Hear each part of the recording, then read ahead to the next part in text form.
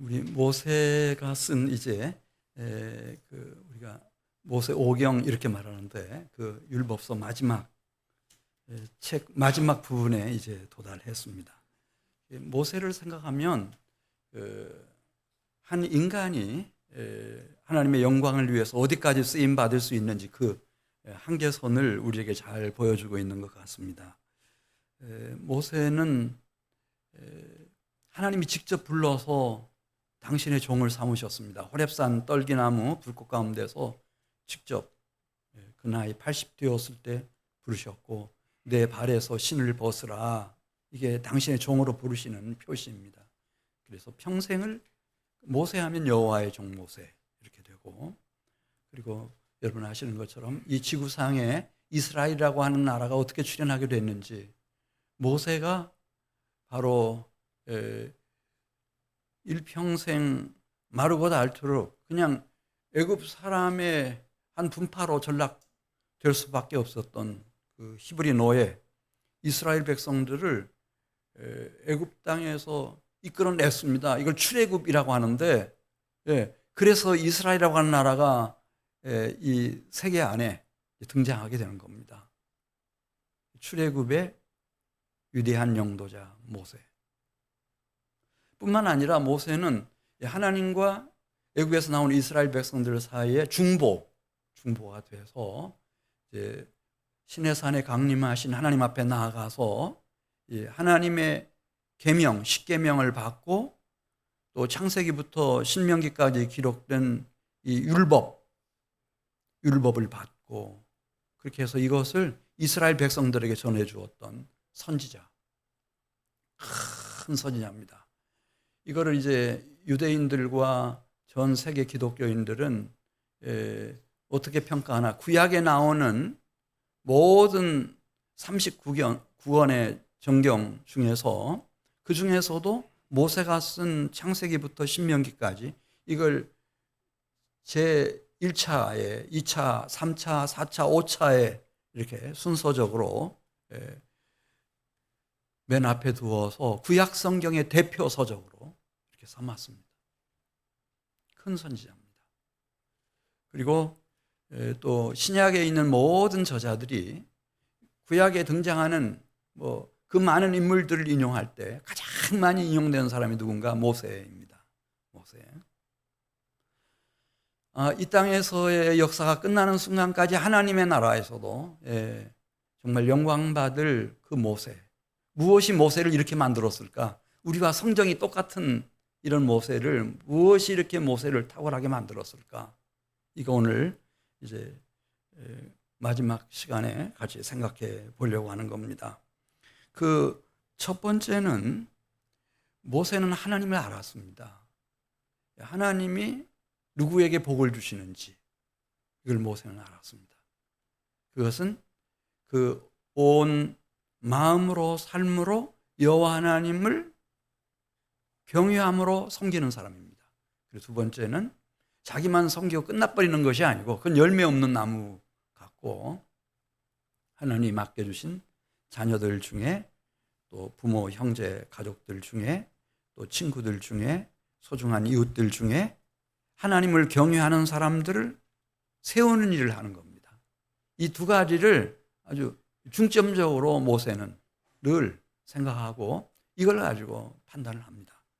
그래서 모세는 그 축복을 했는데, 그 축복이 놀라우리만큼 정확하게 문자 그대로 이루어졌습니다. 우리가 지금 이제 한 15년쯤 14년쯤 전에 스마트폰이라고 하는 게 이렇게 알려지기 시작하고, 우리 지방은 좀 늦었지만 서울 사람들은 한 14년 전이면 벌써 이제 스마트폰 가진 사람들이, 목사님들 중에서도 큰 교회 목사님들은 더러 보이곤 이렇게 했습니다. 근데 지금은 그냥 스마트폰 시대가 돼버렸습니다. 초등학생들도 웬만하면 스마트폰 가지고 있고 막 이렇습니다. 앞으로 14년, 15년 후에는 어떻게 바뀔 거냐? AI 시대가 온다고 말합니다. 근데 그 모습이 어떤 건지 우리는 잘 몰라요. 그런데 모세는 14년 후가 아니고 140년 후도 아니고 1400년 후의 일을, 나 같은 선지자가 올 거다. 그래서 그때부터는 이분이 오시는 그 순간을 기점으로 해서 인류의 역사가 어떻게 큰 혁명적인 변화를 일으킬 것이며 결국 역사는 어떻게 끝나갈 것인가, 이런 것을 얘기했어요. 근데 이게 적중을 한 거예요. 자, 오늘 신명기 33장 1절부터 2절 말씀 한번 같이 보겠습니다. 하나님의 사람 모세가 죽기 전에 이스라엘 자손을 위하여 뭘 했다죠? 축복을 했어요. 그가 일렀으되 여호와께서, 그러면서 여호와의 축복이 중요하다, 하나님이 내리시는 복이 중요하다고 생각하면서 이 모세가 축복을 한 거예요. 모세에게는 왜 하나님의 복이 그렇게도 중요했을까? 이 여호와 하나님이 멀리 하늘에 계신 분이 아니고 모세에게는 아주 가까이 자기 백성들과 함께 계시는 분으로 모세는 여호와 하나님을 이해했습니다. 오늘 1절 2절 말씀 계속 보겠습니다. 그가 일렀으되 여호와께서 어디에서 오셨어요? 이스라엘 백성들에게? 시내 산에서 오셨어요. 그래서 그들에게 십계명도 주셨고 율법도 주셨고, 그리고 호렙산에 찾아오셔서 모세 자신을 만나셔서 그에게 사명도 부여하셨고, 하나님이 이 지상에 계셔요. 그것도 자기 백성 아주 가까이에 계시는 거예요.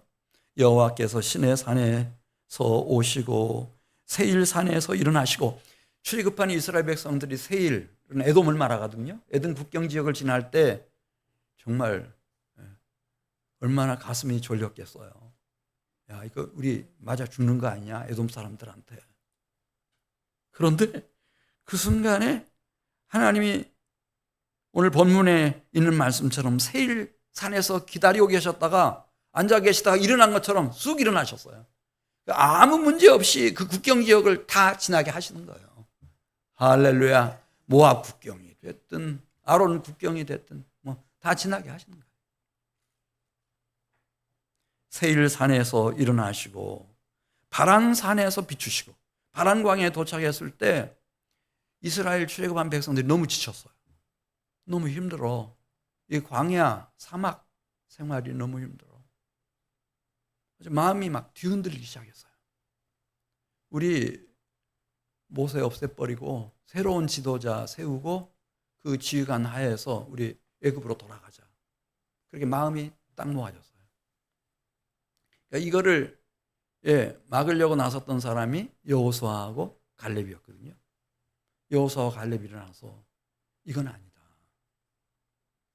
우리는 하나님의 백성이다. 하나님이 저 가나안 땅을 틀림없이 우리한테 주실 거다.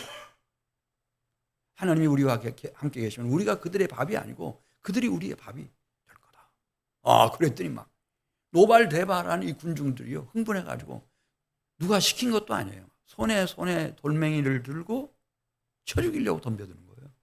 그 순간을 지금 얘기하는 거예요. 그 바란산에서, 바란광야 바란산에서 하나님이 순식간에 확 비치셔요. 그들의 마음과 심령을. 그래서 하나님을 두려워하는 마음, 이걸 갖게 하셔서 구해내셨어요. 여호수아도 갈렙도 아론도 모세도 다 하나님 구해내셨어요. 그 하나님. 그리고 이 요단강 동편, 이 모압 땅, 아르논에서부터 헬몬산까지 점령할 때 이게 꿈 같아요. 꿈 같아요. 자기들은 정규 부대가 없어요. 그냥 민간인 오합지졸이에요. 그런데 어떻게 이 가나안의 7족속 중에서도 가장 강력한, 그냥 다 용사들로, 거인들로 무장되어 있는 아모리 족속의 땅,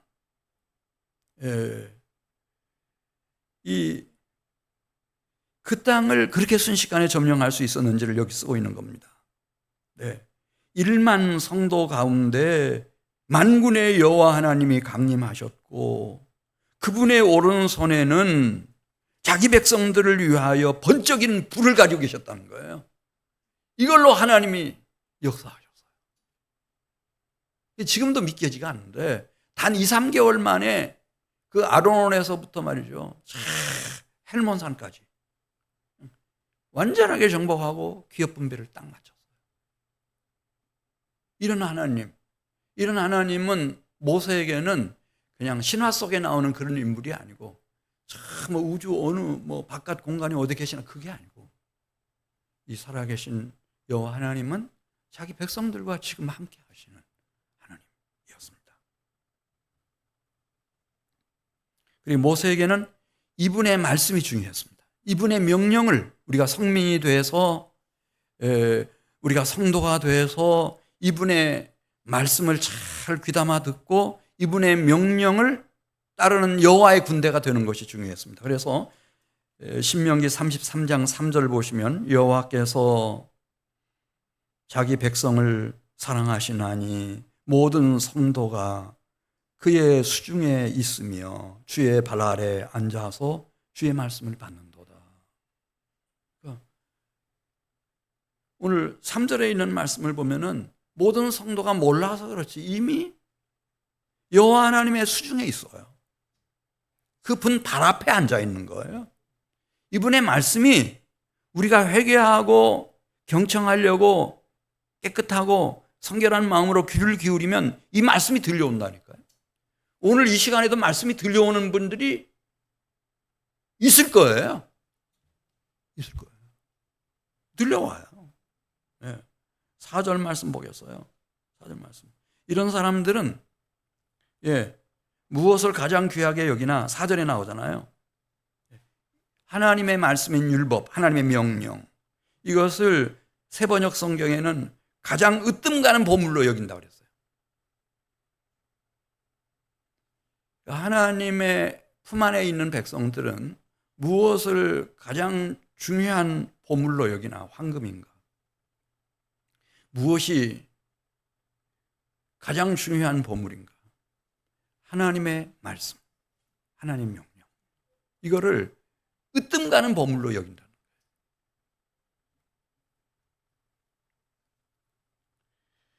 33장 5절 보겠어요. 5절 말씀 보면,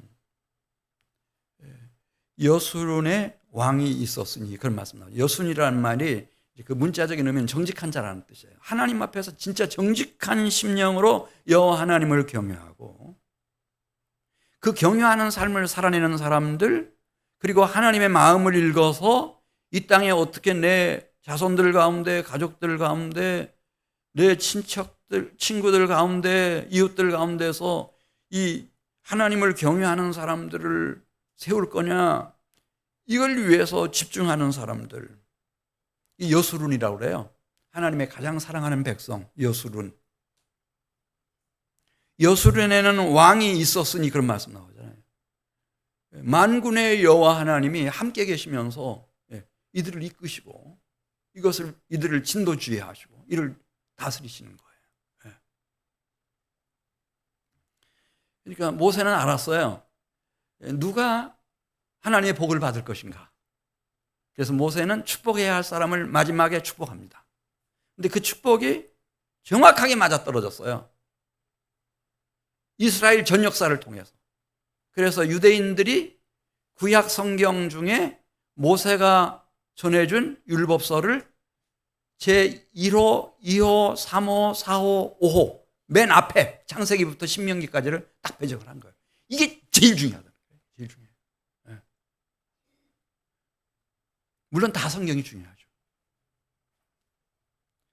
거기 보면은 신명기 33장 8절에 너희가 축복하는 장면이, 이 모세가 축복을 하는 장면이 나오는데, 여기서 시므온 지파는 빼버려요.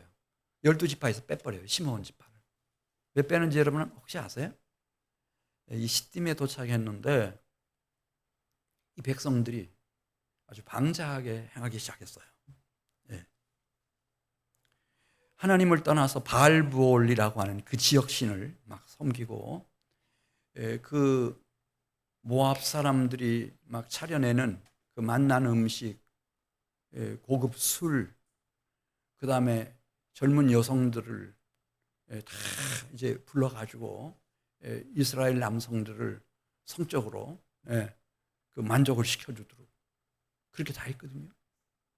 거기에 막 다 넘어가는데, 그때 그 주동적인 역할을 한 사람이 시몬 지파 중에 지도자인 시므리라고 하는 사람이 있었어요. 이 사람이 그 지파 중에 아마 상당한 지지를 받았던 것 같아요. 절반 이상의 지지를 받았던 것 같아요. 이 사건 후에 그 시몬 지파가 그냥 절반 이하로 뚝 떨어져 버리거든요. 이 사건으로 인해서 연병으로 24,000명이 죽어요. 그래서 이 얘기를 듣고 막 그 죽어 넘어진 시신 앞에서 통곡하고 있는데, 이 시몬 지파의 지도자인 시므리라고 하는 자가 저 미디안의 지도자의 딸을 데리고 대낮에 모세가 보고 있는 앞에서, 막 백성들이 통곡하고 있는 앞에서 그 여자를 데리고 대낮에 자기 장막으로 들어가는 거예요. 그래서 백성들을 선동하는 거예요.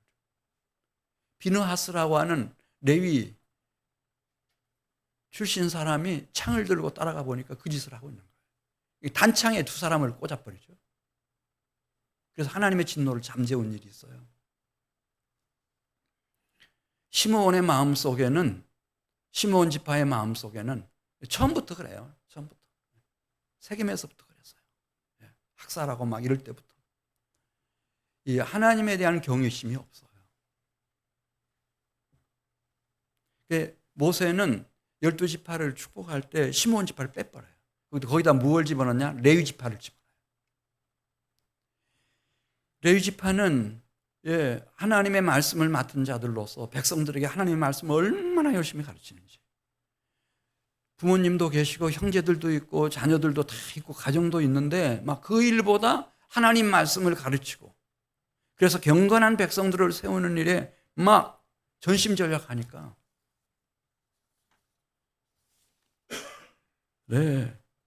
이 모세가 이 레위 지파를 막 축복했어요. 신명기 33장 10절 말씀 보겠습니다. 신명기 33장 10절. 레위인들에게 하는 얘기입니다. 주의 법도를 야곱에게, 주의 율법을 이스라엘 백성들에게 레위인이 가르치며 주의 앞에 분향하고 온전한 번제를 주의 제단에 드리리로다. 레위의 손의 일을 하나님이여 받으소서. 그를 대적하여 일어나는 자와 미워하는 자의 허리를 꺾으사 다시 일어나지 못하게 하옵소서.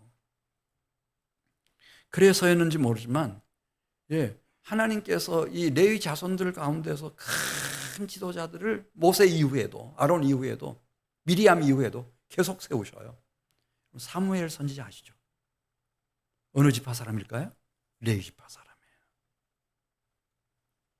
여호야다라고 하는 경건한 제사장이 있었어요. 그가 죽었을 때 백성들이 왕의 묘실에다가 장사를 지내고 정말 존경하는, 온 백성이 다 존경하는 어느 지파 사람일까요? 레위 지파 사람. 예수님 바로 오시기 직전에 쓰임받았던 침례 요한도 레위 지파 사람. 다 거기서 일어나요. 또 33장 13절 말씀 보면은 요셉을 축복해요.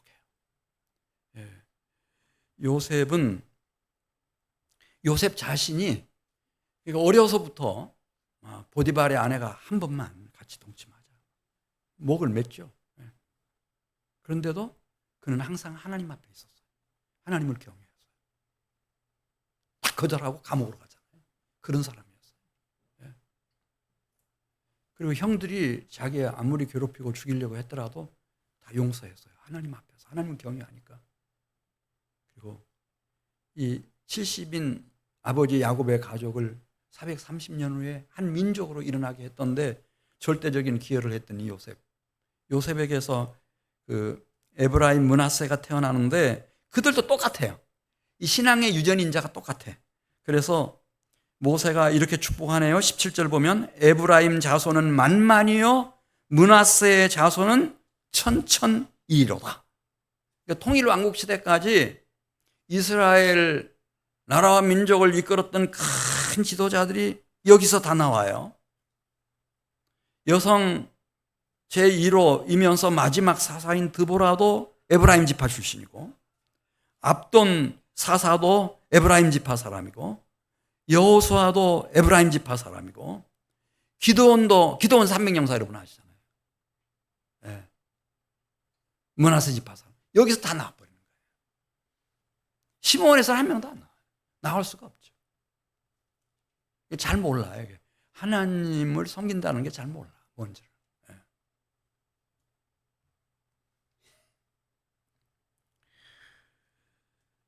자, 그리고 33장 7절 가서 보면은 이 모세가요, 모세의 축복이 정확해요. 유다를 축복하거든요. 유다를 왜 축복하죠? 유다는 그냥 유다 그 개인부터 하나님을 경외했어요. 그런 사람이 없죠. 12형제였는데 다른 형제들이 이 요셉을 탐탁하지 않게 생각했어요. 아니, 싫어했어요. 혐오했어요. 죽이고 싶어 했어요. 그래서 요셉을 잡아가지고 아주 깊은 마른 우물 속에 집어쳐넣어버렸어요. 그리고 자기들 떠나면은 이 도단 땅에 아무도 아는 사람도 없어요. 거기에 누가 들었는지도 모르죠. 죽죠. 아무도 이 일에 대해서 이의를 제기하는 사람이 없어요. 딱 한 사람이 있었어요. 유다가. 그 형제들을 다 설득해요. 요셉 우리 형제 아니냐. 이렇게 죽이면 어떡하냐. 끝내 구해내죠. 살려냅니다. 살려내요. 애굽에 내려가가지고 이제 살게 되게 되는데, 그때 애굽에 내려갔다가 이 요셉의 친동생 베냐민 맞죠? 맞아요? 이 베냐민이 도둑질한 걸로 그렇게 결론이 났어요. 총리 식사 초대 받아서 갔다가 총리가 가장 아끼는 은잔을, 아주 귀한 은잔을 이렇게 훔쳤다가 걸린 걸로 판명이 나는 바람에, 이제 그런 도둑들은 둘 중에 하나잖아요. 사형이든지 아니면 두 번째는 평생 노예살이하거나 감옥에 갇혀 있든지. 노예로 많이 했죠.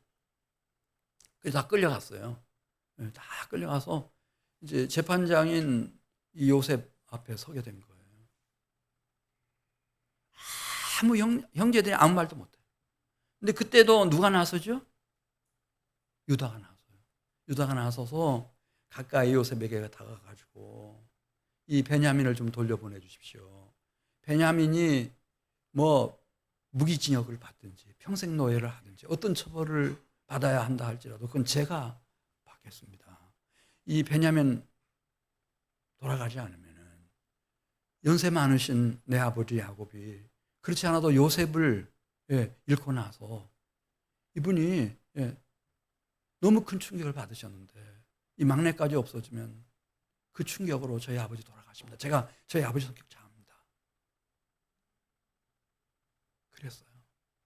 근데 그 신앙의 DNA가 그대로 유다 자손들에게 그대로 이어져서 430년 후에 모세가 12지파를 딱 보는데, 제일 어려운 일이 생기면은, 제일 강적이 나타나면 맨 앞에 머리지파로서 생명을 걸고 나서는 가장 용감무쌍한 지파가 있는데, 그 지파가 누구예요? 유다 지파. 그래서 33장 7절에 보면 모세가 유다 지파를 저주했겠어요? 축복했겠어요? 축복하죠. 너는, 그리고 너희는 이후에 계속해서 이기는 자가 되고 승리하는 자가 되리라. 이건 이스라엘 전체의 승리니까요.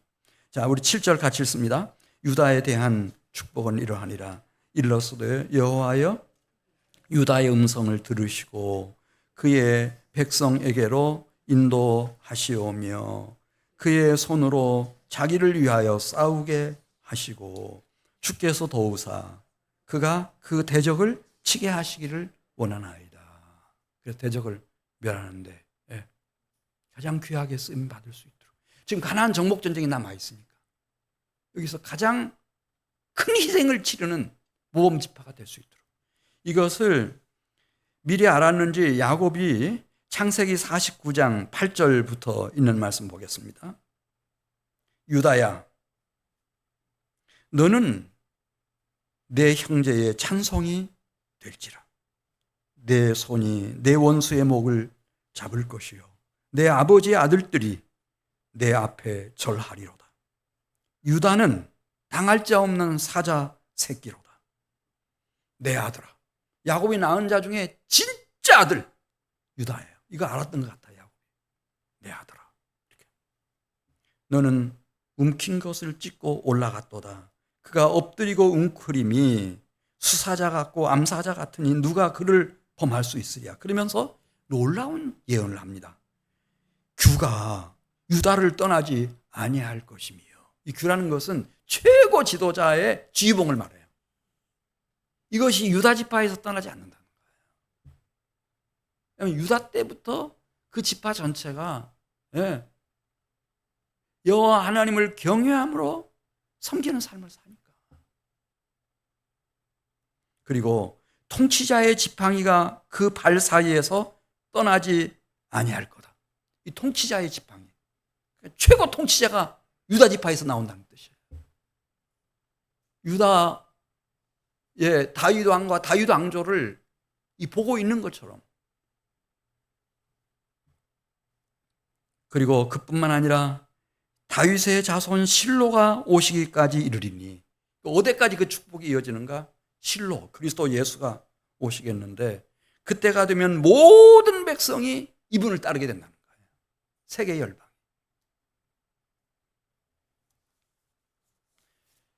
야곱은 지금부터 한 3,800년 전, 3,900년 전에 예언했거든요. 근데 이게 이제 다 이루어졌어요. 창세기 49장 11절 보겠어요. 거기 보면은 참 기가 막힌 예언이 나와요.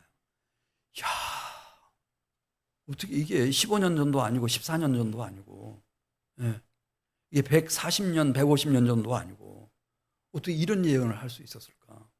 1800년, 1900년 후에 일어날 일을. 창세기 49장 11절 보겠습니다.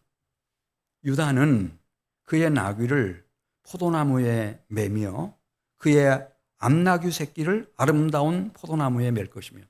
혹시 포도원 농장 해보신 분들 계실 수 있겠습니다만은, 이 가축들을 포도나무에다 맵니까? 못 맵니다. 왜냐하면 포도나무가 너무 귀해서. 근데 그 중에 정말 아름다운 포도나무가 있습니다. 거기다가 막 가축들을 메고 그렇게 하겠어요? 그렇게 않죠. 이게 무슨 얘기인가 하면은, 하나님이 가나안 땅에 유다 백성들에게 주시는 기업은 말이죠. 이 포도나무가 막 가득한 거예요. 그리고 사냐고 다 포도나무 밭이에요. 그리고 포도주가 흐르는데 시냇물처럼 흐르고 요단강처럼 흘러요. 거기 계속 나오잖아요. 또 그 옷을 유다 백성들은 어디에 빨아요? 포도주의 옷을 빤다는 거예요. 이게 이제 요한계시록에 나오는 얘기거든요. 한 2000년쯤 후에 나오는 얘기인데 이걸 썼어요. 이 백성들은, 여루순 같은 이 유다 백성들은 그들의 옷을 포도주에 빨며 그의 복장을 포도즙에 빨리로다. 그의 눈은 포도주로 인하여 붉겠다. 이게 뭔 말이에요? 알코올 중독자들이 된다는 얘기? 그게 아니에요.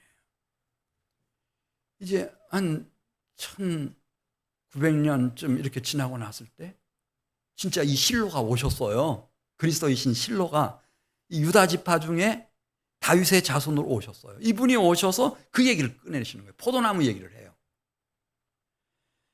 요한복음 15장 1절에 보면 나는 포도나무요 내 아버지는 농부라. 근데 그 포도나무가 일반 포도나무가 아니고 참 포도나무라는 거예요. 영어로 더 트루 바인, 진리의 포도나무라는 거예요.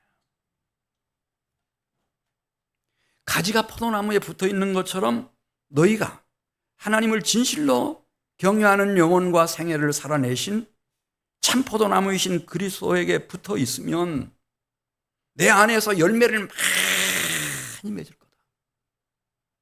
너희가 나처럼 포도나무가 될 거다. 그렇게 말씀하시면서 요한복음 15장 5절에 똑같이 반복해요. 너무 중요해서. 나는 포도나무요 너희는 가지라. 그가 내 안에 내가 그 안에 거하면 사람이 열매를 많이 맺나니 나를 떠나서는 너희가 아무것도 할 수 없습니다.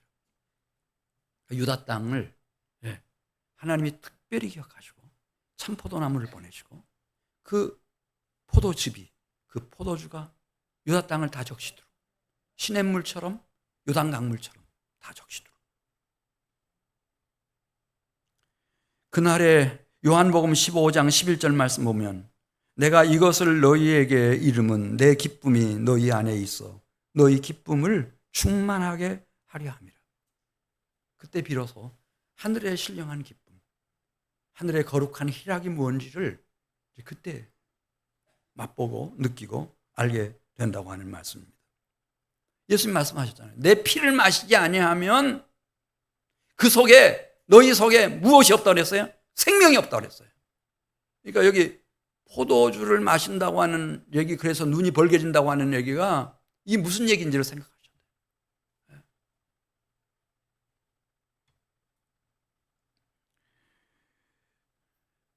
네, 지금 이제 한 가지 말씀드렸는데 모세는 14년도 아니고 15년도 아니고 150년도 아니고 모세 같은 사람, 이 야곱 같은 사람들은 1400년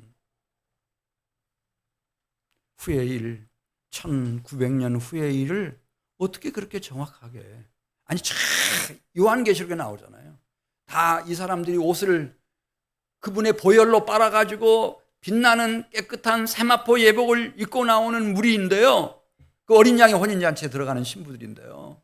그 얘기를 지금 쓰고 있는 거예요. 그러니까 이 세상 종말에 이루어질 시공간을 확 뛰어넘어가지고 그걸 어떻게 읽어냈느냐, 모세가 그 얘기를 하는 거예요. 모세는 한 개인을 볼 때, 한 가족이나 가문을 볼 때, 지파를 볼 때 그렇게 본 겁니다. 그 속에 하나님을 경외하는 심령이 있느냐, 하나님을 경외하는 삶이 있느냐, 이것 하나. 그다음에 또 한 가지는 그 생애를 통해서 자신뿐만 아니라 하나님이 주신 가족 중에, 일가 친척 중에, 친구와 이웃 중에 하나님을 경외하는 사람들을 세웠느냐 세우지 않았느냐, 그거 가지고 따지는 거예요.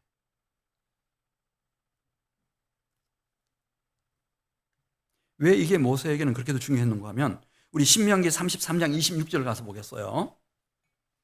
모세에게는 이 하나님의 임재라고 하는 것이 요원한, 죽고 나서 뭐 하나님 나라에 들어가고 뭐 그런 게 아니고, 우리 신명기 33장 26절 보면 이게 이제 아주 모세의 탁월한 점이에요. 모세는 하나님이 오시고 하나님이 통치하시는 것이 지상에서였어요. 이 땅 위에서였어요. 내가 혈육을 입고 있는 내 생애 속에서였어요. 모세는 90% 이상이 다 그래요. 그 훨씬 넘을 거예요. 조심스럽게 말씀을 드리는 것이라서 그렇지. 자, 신명기 33장 26절 보겠어요. 여수룬이요. 여수룬. 제가 말씀드렸죠. 무슨 뜻인지? 하나님이 가장 사랑하는 백성. 왜냐하면 그 심령이 경건하고 삶이 경건하기 때문에. 그리고 경건한 주의 백성들을 세워가는 것이 인생의 목표이기 때문에. 이게 하나님이 가장 아끼고 사랑하는 여수룬입니다. 여수룬이요. 하나님 같은 이가 없도다. 그가 너를 도우시려고. 죽고 나서 도우신다는 그런 말이 아니고 이미 너를 도우시려고 하늘을 타고 궁창에서 위엄을 지금 나타내고 계신다는 거예요. 또 27절 가서 보겠어요. 아래로는 영원하신 하나님이 내 처소가 되어주시고 그의 영원하신 팔로 너를 안고 계신다는 거예요. 다른 사람들은 몰라요. 근데 모세만 그걸 알아요. 그가 내 앞에서 앞서가셔서 대적들을 쫓으시며 멸하라고 진두지휘하고 명령하신다. 그래 독수리 날개로 업어서 자기 백성들을 여기 모압 평지까지 이끌어 오셨어요. 하나님이 하신 일이라는 거예요. 모세에게는 적어도 백성들은 아니야. 모세가 탁월한 지도자지. 예. 또 어떤 사람들은 생각해요. 아니야. 유다 지파 군사들이 용감무쌍하게 싸웠지. 이렇게 말할지 모르지만 그래 본들 다 민간인들이에요. 오합지졸이에요. 예. 이 사람들은 무슨 정규 군대가 아니거든요. 그냥 노예 출신들이 지금 출애굽한 사람들. 어디 뭐 논산훈련소 가서 뭐 훈련 교육 받고 이럴 시간이 없었어요. 그냥 이걸 똑같이 느낀 사람이 다윗이에요. 다윗도 시편 139편 5절에 보면 주께서 나의 앞뒤를 둘러싸시고 내게 안수하셨나이다. 다윗에게 주는 여호와 하나님의 만군의 여호와 하나님, 이분이 나를 앞뒤 좌우로 에워싸고 계시고 내 머리 위에다가 필요할 때마다 안수해 주셔. 할렐루야. 이건 아무나 하는 건 아니고 이렇게 여술은 같은 심령을 가진 사람들이 이걸 깨닫는 거예요. 만군의 여호와 하나님이 아주 가까이 계시네. 나와 함께 하시며 우리와 함께 하시는구나. 지금! 할렐루야. 이게 모세가 가지고 있는 하나님 나라의 신학이에요. 하나님의 통치. 하나님의 통치가 그냥 물론 하늘에 가 있으면 하늘 끝까지라도 그 통치가 미치고 땅 끝이라도 미치고 우리가 바다 속에 요나처럼 막 가장 깊은 곳에 물고기 뱃속에 들어갔어도 거기 하나님 통치의 힘이 미쳐요, 안 미쳐요? 그 권세가 다 미치는 거예요. 이걸 알았어요. 시편 32편 10절에도 다윗이 썼어요. 악인에게는 많은 슬픔이 있으나, 그렇죠? 하나님 떠나서 거역하는 길로 가면 이 세상은 뭐 고난과 재앙과 슬픔 천지예요. 하지만 여호와를 신뢰하는 자에게는 무엇이 그를 애워싼다고 그랬죠? 만군의 여호와의 인자하심이 두루리로다. 그리고요, 시편 34편 7절에 있는 말씀을 보면은 주를 경외하는 자를 둘러 진치시고 그들을 여호와 하나님이 건져내신다는 거예요. 기가 막힐 웅덩이와 수렁에서도 다 끌어올려 주셔요. 이걸 다윗이 경험했어요. 기가 막힐 웅덩이와 수렁에서도 나를 더 건져내시는 하나님. 할렐루야.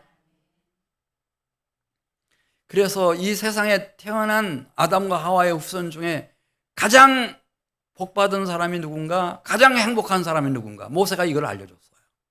신명기 33장 29절 보겠어요. 누가 가장 행복한 사람일까요, 여러분? 신명기 33장 29절. 이스라엘이여, 여수론을 말하는 거예요. 너는 행복한 사람이로다. 여호와의 구원을 너같이 얻은 백성이 누구냐? 그는 너를 돕는 방패시요 내 영광의 칼이시로다. 내 대적이 내게 복종하리니 내가 그들의 높은 곳을 밟으리로다. 너를 당할 수 없다. 모세는 평생 그걸 경험했어요. 다윗도 마찬가지예요.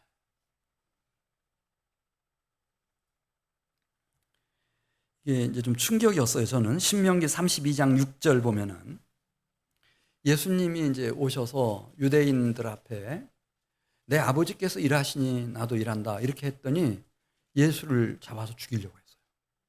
아니, 한 인간으로서 어떻게 여호와 하나님을 자기의 아버지라고 말할 수 있냐. 저 신성모독이다. 그래서 예수님 죽이려고 했거든요.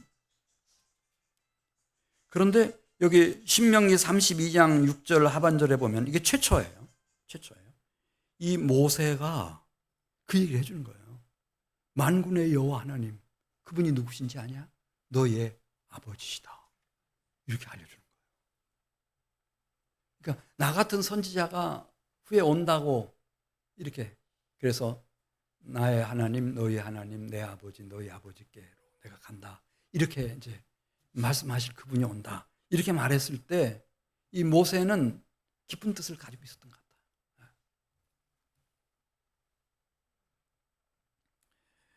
예, 우리 신명기 32장 10절 말씀 보겠어요. 그래서 우리가 여수론이 되면은 하나님이 나의 일평생을 어떻게 이끌어 가시겠는지, 예, 이게 진실이었고, 예, 계시의 진리였어요. 영원한 진리예요. 그래서 이 말씀 때문에 아마 모세 오경을 이 구약 성경 39권 중에 제일 앞에 둔 것 같아요. 이거를 직접 경험했으니까. 너무나 많은 사람들이 누구든지 여수론이라면 다 경험했으니까. 신명기 32장 10절 같이 읽습니다. 여호와께서 그를 황무지에 있으면 거기 찾아가셔서 만나주시고, 짐승이 부르짖는 광야 사막에 버려져 있으면 거기 찾아가 만나주시고, 호위해 주시고 보호해 주시고, 어떻게 지켜주신다고요? 하나님의 눈동자같이 지켜주신다는 거예요. 물론 하나님의 백성들이라고 고난은 없나? 그렇지는 않아요. 고난도 있어요. 그런데 그 고난의 의미가 달라요. 우리 신명기 32장 11절입니다.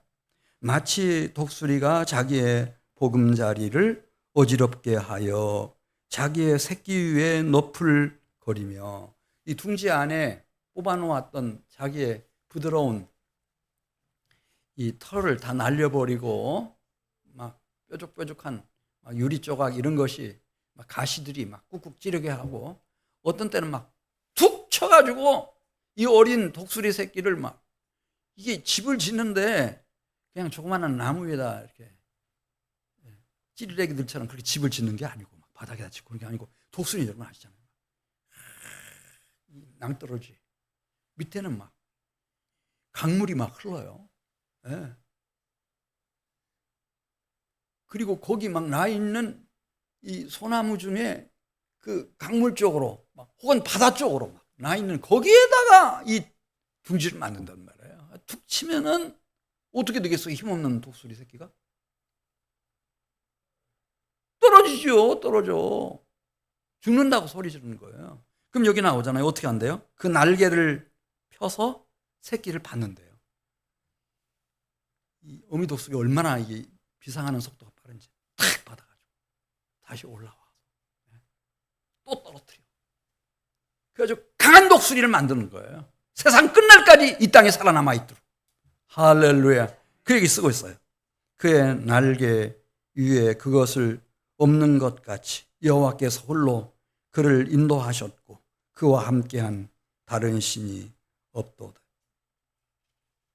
그래서 필경은 신명기 32장 13절에 있는 말씀을 보면은 여호와 하나님은 여수론인 자기 백성들이 땅의 높은 곳을 타고 다니게 하신다는 거예요. 그걸 신명기 28장에서는 설명했어요. 세계 모든 민족 위에 뛰어나는 것이며 머리가 될지언정 꼬리가 되지 않고, 위에만 있고 아래에 있지 않도록 뛰어난 여호와 하나님의 위대한 나라의 위대한 백성들의 자리매김을 제대로 할 수 있도록 하나님께서 이끌어 주신다.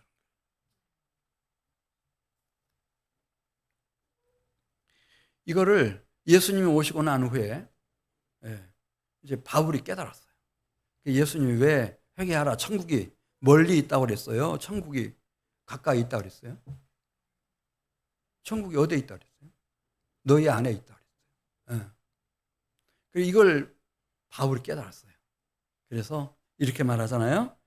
그런즉 누구든지 그리스도 안에 있으면 새로운 피조물이라, 이전 것은 지나갔으니 보라 새 것이 되었도다. 그리고 많은 열매 맺을 거다. 영광의 많은 열매를 다 맺혀낼 거다. 제가 지금 두 가지 말씀드렸어요. 하나는 어떻게 그렇게 14년도 15년도 아닌 그 오래 전에 자기 후손들이 어떻게 될 것을 정확하게 예언적 축복으로 선포할 수 있었을까? 그리고 그것이 그대로 문자대로 이루어진 것을 후손들이 확인한 후에 모세의 글을 이렇게 구약 성경 맨 앞에 이렇게 5권 위치시킬 수 있었을까? 모세는 뭘 봤다고 그랬죠? 그 사람 인물을 봤다고 그랬어요. 언변을 봤다고 그랬어요. 그 사람이 가진 소유와 재산을 본 거예요. 뭘 본 거예요? 명예를 본 거예요. 뭘 본 거예요? 이건 중요해요. 그 사람 속에 들어있는 하나님을 경외하는 마음과 삶이에요. 그 다음에 이런 하나님을 경외하는 백성들을 내 자손들 가운데서, 가족들 가운데서, 친구들 가운데서, 이웃들 가운데서 세우는 삶을 사느냐 마느냐 이겁니다. 여기에 걸려 있습니다. 그 다음에 두 번째 말씀드렸습니다. 두 번째는 그런 사람들에게 하나님이 여수룬이라고 말씀하시면서 다가오시는데 하나님은 멀리서 지켜보시는 분이 아니고 모세가 말한 것처럼 함께 계시는 분이죠. 네. 지금 당신의 그 거룩하고 위대한 통치를 확 펼쳐가시는 분이십니다. 이 지상에서, 이 땅 위에서, 우리의 생애 속에서. 이거 망각하면 일본 사람들이 우리 조선 점령하고 나서 기독교인들에게 너희들은 하늘을 말해라. 우리 일본은 대일본 제국은 조선 반도를 우리가 통치하겠다. 그렇게 했어요? 그거 아니에요. 하나님은 하늘의 하나님이시고 땅의 하나님이시고 바다 가장 깊은 곳에서도 우리의 하나님이십니다. 살아계신 하나님이십니다. 하나만 말씀드리고 마치겠어요. 이제 이렇게 120년을 살고 나니 이걸 알았어요. 아, 이제 어떻게 살아야지? 네. 그때는 34장 1절에 있는 말씀 보면 이 신명기가 몇 장으로 끝나는가? 34장으로 끝나요. 여기 끝나는데 보면은 하나님이 모세를 불러 올리셔요. 어디로 불러 올리셨나? 비스가산 정상으로 불러 올리셔가지고 다 보여주셔요. 제가 이 녹내장 때문에 어디 어느 병원이 잘한다고 해서 거기 갔는데 5년이 지나도록 좋아지지도 않고 계속 나빠지고 계속 막 절망적인 얘기만 그 의사 선생님 하고 또 제가 소개받아가지고 다른 밝은 눈안과 같잖아요. 갖고 지금 한 4년 됐나? 근데 이 검사할 때마다 계속 나빠지는 거예요. 그러니까 마지막 딱 갔었을 때 말하는 거예요. 지금 너무 상태가 안 좋아가지고 다른 조치를 취해야 될 것 같다. 그래 떨리는 마음으로 또 갔어요. 때가 돼서 가가지고 앉아서 오늘은 정밀 검사를 받으셔야 되는데 진짜 정밀 검사를 그래가지고 했더니 막 그동안에 안 해본 검사들도 막 다 하고 이제 진찰실에 갔어요. 그 담당 선생님 만났는데 저한테 그런 거예요. 검사를 잘 받으셨네요. 시험 잘 쳤다고 하는 얘기처럼 들렸어요. 검사를 잘 받으셨대. 아, 그래서 이제는 6개월에 한 번씩 오시면 될 것 같다. 아이고, 암 완치됐다고 하는 것보다 100배는 더 기뻤어요. 제가 그때 그 진찰실에 들어가가지고 잠깐 기도하면서 하나님, 저 괜찮아요. 너무 행복해요. 지금 하나님이 제 시력 가져가셔도 저 괜찮아요. 저 행복해요. 근데 또 그 얘기 하니까 야, 평생에 또 그런 기쁨은 또 오랜만에 느껴보는 기쁨. 모세의 눈을 확 열어주셨어요. 날씨도 청명했겠지만. 그래서 오늘 본문에 나오잖아요. 여호와께서 비스가산 정상 위에서 내려다보는데 길르앗 온 땅이 막 헬몬산까지 다 보이는 거예요. 근데 거기 나오잖아요. 또 북쪽으로 이 미래까지 다 보여요. 여기 땅에는 누가 와서 단지파가 산다. 단지파. 그 미래까지 다 보이는 거예요. 그러니까 이게 하나님의 특별한 그 안목을 주신 거죠. 또 얘기해요. 갈릴리 호수가 보이는데 그 북쪽, 요당 갈릴리 이제 이 서북 쪽이에요. 서북 쪽에 다 보여요. 납달리 지파들이 저기 살겠구나. 므낫세 지파가 저기 살겠구나. 에브라임 지파가 저기 살겠구나. 그리고 하나님 눈을 확 열어주시니까 서해, 지중해까지 다 보이는 거예요. 여기 써 있잖아요. 그 다음에 유다 지파들이 어디서 살아갈 건지 막 다 보여주시고, 유다 지파가 끝나는 남쪽에 이게 네게부 지역이라고 하거든요. 네게부 지역이 막 다 한눈에 들어오고, 종려나무 성읍인 비스가산 제일 가까이 있는 여리고 골짜기까지 다 보여주시고, 사해 바다가 있거든요. 그 남단이 소알이에요. 거기까지 다 보여주시고. 하나님 그렇게 할 수 있을까요, 없을까요? 저는 할 수 있을 것 같아요. 이번에 안가 갔다 오니까 그거 할 수 있을 것 같아요, 하나님은.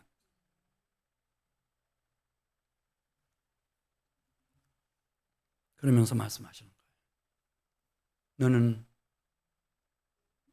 이 비전을 마음에 잉태를 해라. 그리고 너는 여기까지다. 이렇게 말씀하시네요. 자, 우리 4절. 이게 이제 사망선고라고 하잖아요. 소위 말하는. 네, 사망선고. 우리 4절 같이 읽습니다. 여호와께서 그에게 이르시되 이는 내가 아브라함과 이삭과 야곱에게 맹세하여 그의 후손에게 주리라 한 땅이라. 내가 내 눈으로 보게 하였거니와 너는 그리로 건너가지 못하리라 하매. 모세가 하나님 안 됩니다. 요단강만은 한번 건널 수 있게 해주십시오. 이게 제 마지막 소원입니다. 그렇게 한 게 아니고 모세는 생각하는 겁니다. 예. 언젠가 머리바 물가에서 하나님의 거룩하심을 나타나지 못한 때를 떠올리면서 하나님 감사합니다. 너무너무 감사합니다. 저의 마지막 소원은 오직